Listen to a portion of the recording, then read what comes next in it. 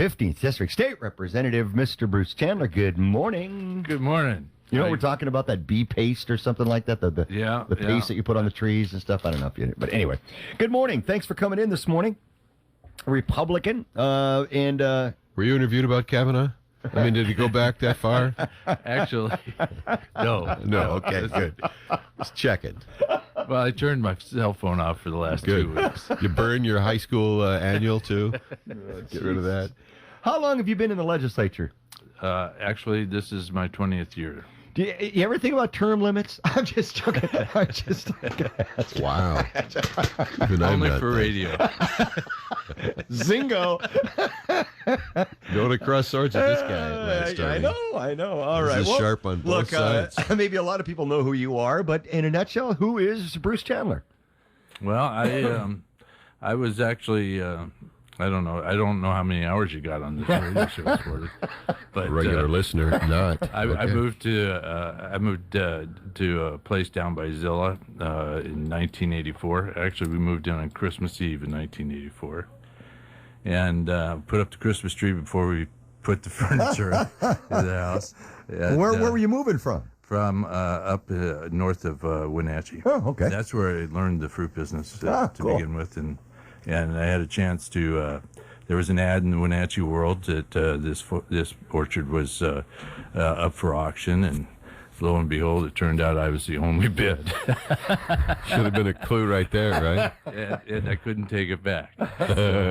So we went ahead and moved down there, and actually it worked out great. What do you grow down there? Pears. Pears are all I grow now. I used to have some apples, but it's kind of half and half. It was only about 30 acres. And what kind of pears? I love pears. Anjos and Bartlett's. Good stuff. Yeah, old standards. Boy, they're delicious too, man. Yeah. They really are.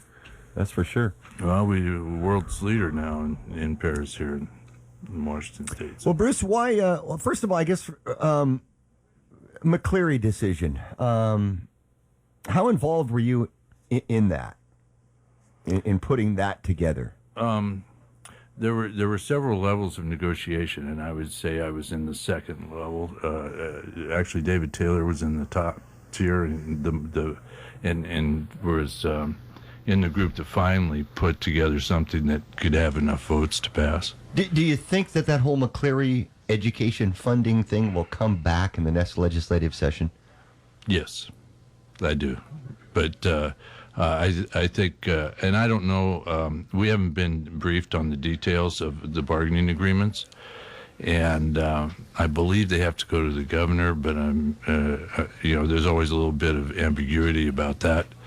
And so they may be in his, it may be incorporated into his budget, which will be released at any time now. And that's kind of the starting point for our budget considerations. But regardless, I think it will be one of the, if not one of the biggest, one of the most emotional parts of the budget negotiations.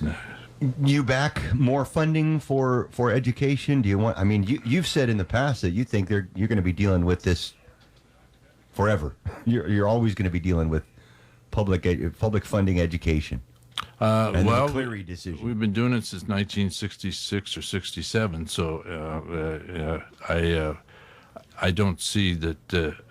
I don't see on either side of the debate any change in their conviction about what they're doing, and I don't see the court reversing any of its earlier decisions. So it's I suppose good for lawyers. You know, back there's an expression, going to the mattresses. If you're a mobster, you tell all your people, we're going to the mattresses, basically moving out of the house, putting a mattress on the floor, holing up, getting ready to have a war with the other side, right? I mean, when the Supreme Court goes so far as to start fining the legislature and all of that, they've gone to the mattresses. That means they're not going to change their position on what they think the legislature needs to do. So, yeah, we'll probably be at this again. There are a lot of dollars flying around our state. The revenue projections. Our state is kind of weird when you think about what has happened nationally, and I don't know if as as the nation has fired up under Trump, we never were as far down as the rest of the country was with our high tech and Boeing and all of that. So, I mean, I don't know that we ever, as a state, and Seattle and the Puget Sound area ever felt anything other than, well, we're cruising and we don't need to worry about what everybody else says or does. And I guess our state must still be enjoying an uptick even upon what we had, right? Don't we have record revenues coming in? We do, and that's projected to last maybe another biennium. Yeah. But we are overdue for an adjustment, a downward event. I don't know what would trigger it right now, but we're vulnerable with regard to especially consumable products, those sales, because of the sales tax, and that's where especially items like automobiles and stuff really can make a difference.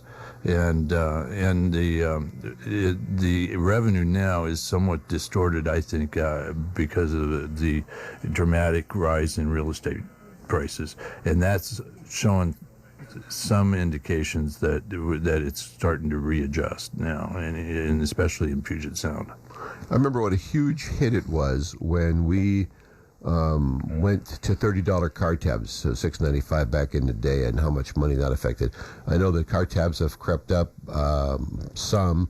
Iman's out with another. Give us back our $30 tabs. If we go back to that, how much money how big a hit would that be on state revenues? Have we gone so far beyond the 30 that if we go back to 30, that's a significant amount of money that we have to reconsider?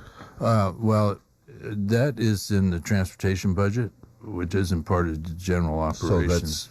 So that's confined to that area. It could affect how quickly we do projects and which projects get picked in what order. But I think it could be a significant number. It just depends. Yeah. KIT News Time is 8:25. Just tuning in, we're talking to Representative Bruce Chandler, running for re-election, a Republican. I ask you about education funding because I always think that's going to be probably one of the big issues that you're going to be facing. But maybe these initiatives will bring up they bring up a lot of issues here. And so let's get your thoughts on some of the initiatives that are out there. For instance, 1631, the I guess the carbon tax, the pollution tax. How do you feel about that, Bruce? Well, the carbon tax is essentially has the effect of a sales tax on anything that derives from petroleum, and it's a lot more products than some people realize. But it's going to have a dramatic effect all through the economy. When you have in the grocery business, for instance, in the use of plastics or a number of other areas, or just transportation, that every step of the process of getting a product from the farm to the consumer has a carbon-related cost. And when you add that up, I think it's going to be a lot. It's going to be a shock to consumers. I mean, it could really impact growers here in the valley, right? With their fuel costs and things like that. Yeah, it could, and I think that we don't really know how widespread it could be. It's really dramatic. I have not talked to even people I've talked with people in Western Washington that are not particularly crazy about that particular initiative, and it'll be it hasn't been able to get much traction for, I don't know, over a decade. And we'll see what happens. But I think right now, I know that for us, that's the House Republicans we want the focus to be on having our constituents be able to share in this prosperity while it lasts. Yeah, that's right. No kidding. Well, here's the other side, though, is that if we just pass that thing, be able to solve the entire world's pollution problem. Dave, come back down. Okay, sorry, lost myself there for a second. I went into my Democrat mode there. That's kind of organic pollution. Yeah. Thank you. We used to use that on the farm. I love it. Initiative 1639 calling for some gun restrictions on storing guns and things like that. Gun restrictions. It's not a very well written initiative, and it was a really convoluted legislative process because they ran a bill that was run in order to amend it. It was an initiative to the legislature, and that's why it was in the legislature. And so in the safety committee they passed both the bill and the initiative, which Mr. Iman That's all right. went to the Supreme Court and complained about it and prevailed. And so It's on the ballot. the bill is not on the ballot, but the initiative is. Right. My concern about it is my biggest concern is that it's very subjective. It sets new standards for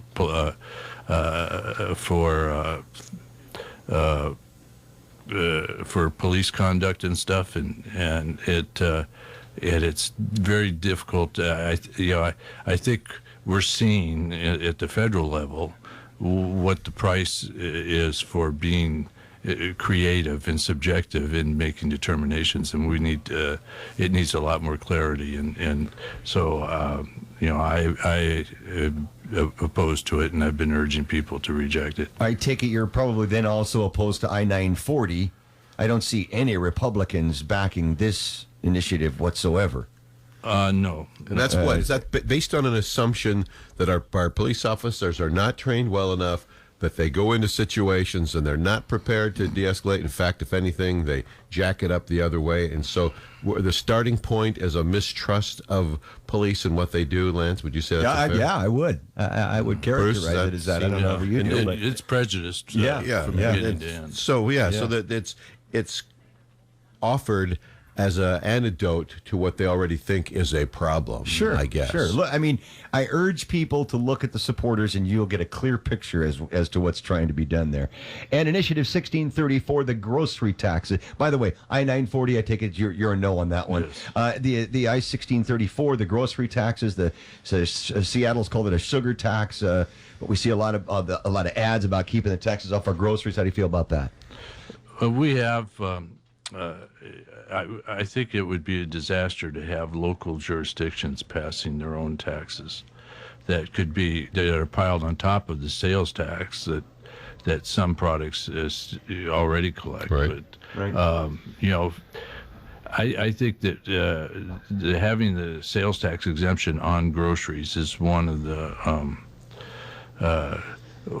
the most equalizing policies we have in tax law in the state, and so I don't think that we should do that, because what it does is a massive tax increase on low income. Sure. If you're Seattle and you don't worry about that, you can buck the trend or the system and pass your own laws. But as far as a statewide policy of letting every other jurisdiction do that, when you run into a dollar pinch here or there, the last thing you want to do is, heap it on because everybody's got to eat. You want to heap it on the low end. So it kind of fits with the other issues on the ballot, though. It kind of does. Yeah, I think that's a good. That's right. take.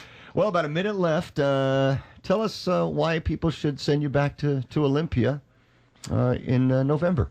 Well, I am running again because I believe that the Yakima Valley is better situated than almost any place else in the Northwest to lead the region into the future economy. And I want the communities that my kids have grown up in and my family has made a home to be able to have the opportunity to do that. We have an increasingly diverse economy, and we have, I think, really thriving communities.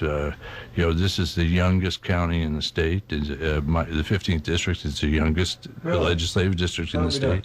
Majority, more than half of the fairly large majority of the population is under the age of 25. Wow. People, this is a place where people come home to have their kids so that they can be around their grandparents and their cousins, and that is something that I will always be grateful for my family, and I want the next generation to have the same opportunity. Right on.